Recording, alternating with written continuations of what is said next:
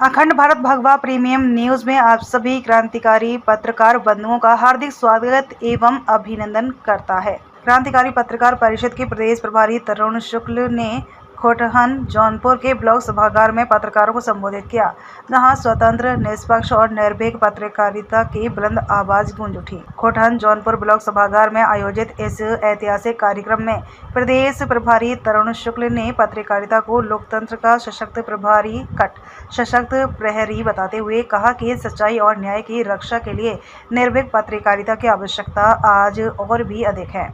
उन्होंने कहा कि सत्ता के सामने झुकना नहीं बल्कि समाज को सही दिशा दिखाना ही एक सच्चे पत्रकार का धर्म है। उन्होंने उपस्थित पत्रकारों को प्रेरित करते हुए कहा कि आज का दौर सच बोलने वालों का है। केवल वही पत्रकार जनता की आवाज बन सकता है जो निर्भीक होकर सच को उजागर करने का साहस रखता है। उन्होंने सत्य, साहस और निष्पक्षता को पत्रकारिता का मूल धर्म बताते हुए कहा कि ऐसी पत्रकारिता ही समाज में क्रांति का आधार बन सकती है।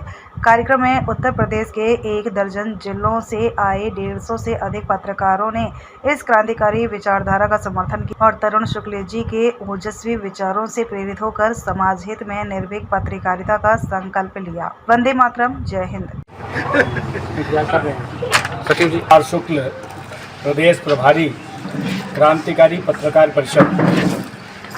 बंधुओं, आज जौनपुर के ब्लॉक खोटहन के सभागार में प्रदेश के अनेक जिलों के पत्रकारिता जगत के जुड़े और क्रांतिकारी पत्रकार परिषद के पदाधिकारीगण, जिनका अभी हाल में चयन हुआ था, उनका शपथ ग्रहण समारोह और होली मिलन समारोह दोनों का आयोजन था।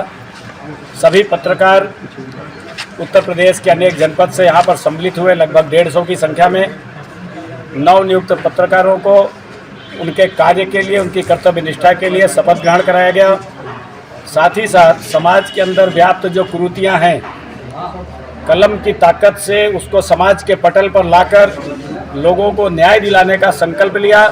साथ ही साथ पत्रकार बंधुओं के व्यक्तिगत जीवन की जो समस्याएं हैं, उन्हें एकजुट होकर शासन और प्रशासन तथा जनप्रतिनिधियों के बीच में रखकर उसके निराकरण करने के लिए भी संकल्पित हुए।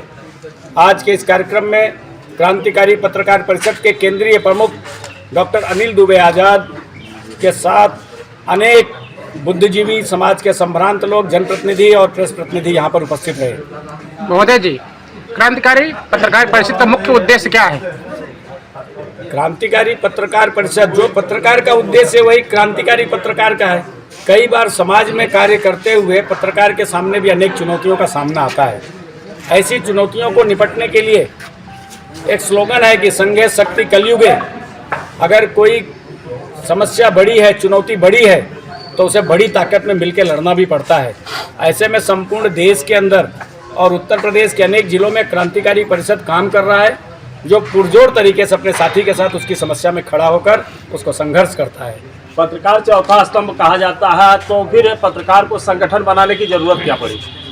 संगठन तो हर जगह है। अगर देखा जाए तो पूरी की पूरी व्यवस्था का नाम ही संगठन है।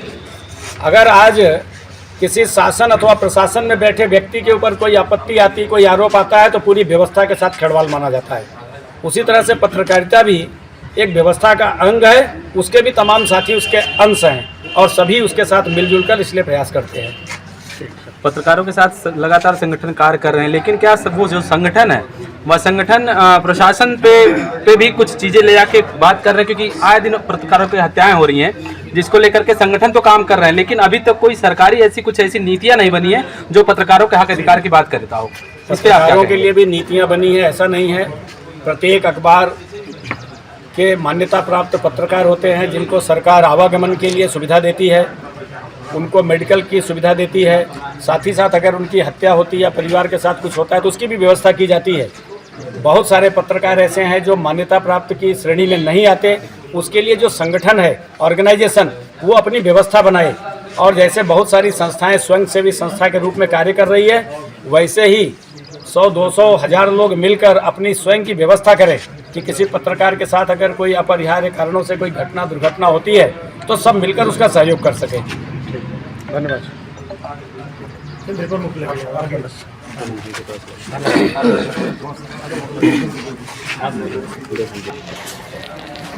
आज ये जो आयोजन हुआ उसमें बहुत ही सुंदर ढंग से सारी बातें रखी गई। जैसा कि आप लोग जानते हैं, पत्रकार चतुर्थ स्तंभ लोकतंत्र का कहा जाता है, लेकिन यह तभी संभव है जब पत्रकार भी पत्रकार की तरह रहें और पत्रकारिता का स्तर न गिरने दें। और कोई प्रश्न? कोई सवाल पूछना है भाई? बस ठीक है। ठीक। सर, केंद्रीय प्रमुख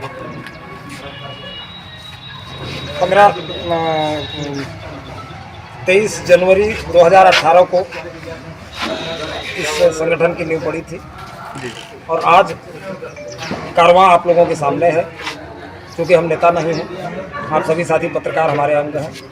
आप लोग जान रहे हैं कि आज संगठन उत्तर प्रदेश के लगभग 50 जिले में कार्यरत है।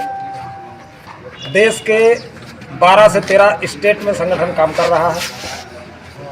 आज यहाँ आने का उद्देश्य सिर्फ ये था कि दीपक तले अंधेरा कहा जाता है वो लागू न हो। उत्तर प्रदेश के लगभग सभी जनपदों में कमेटियां काम कर रही हैं, गठित हो रही हैं, सम्मेलन हो रहे हैं, लेकिन जिले में 5 महीने से तैयारी के बाद ये कार्यक्रम आज संपन्न हुआ और सभी साथियों ने बढ़ चढ़ के हिस्सा लिया। अभी मैं देख रहा था, कुछ हमारे वरिष्ठ साथियों से सवाल पूछा जा रहा था। पत्रकार मीडिया इसको लोकतंत्र का चौथा स्तंभ कहा जाता है। किसने कहा चौथा स्तंभ? ये कौन बताया चौथा स्तंभ कहा जाता है? क्यों कहा जाता है? इस पर आप लोगों को गुस्सा नहीं आई कभी? कहा चौथा स्तंभ हो भाई, तीसरा क्यों नहीं? दूसरा स्तंभ क्यों नहीं हो? पहला स्तंभ क्यों नहीं हो? कोई साथी बताएगा क्यों? ये हम ही को बताना पड़ेगा। आप ही बताएं। ये इसलिए है कि हम खेमे खेमे में बटे हुए हैं, हम कमजोर हैं। एक मिनट का किस्सा भी बताऊंगा। जब आप पढ़ते रहे होंगे, जो बच्चा सबसे खुराफाती होता था वो पढ़ने वाले बच्चे के बगल में जाके बैठता था और उसको धक्का मारता था, और किसको फला फलाओ, अपनी गोल बैठाता था। और वो पढ़ने वाले बच्चे को जिसको डिस्टर्ब करने जाते थे वो धक्का मार के बेंच से बाहर कर देते थे। आपकी वही हाल हुई है।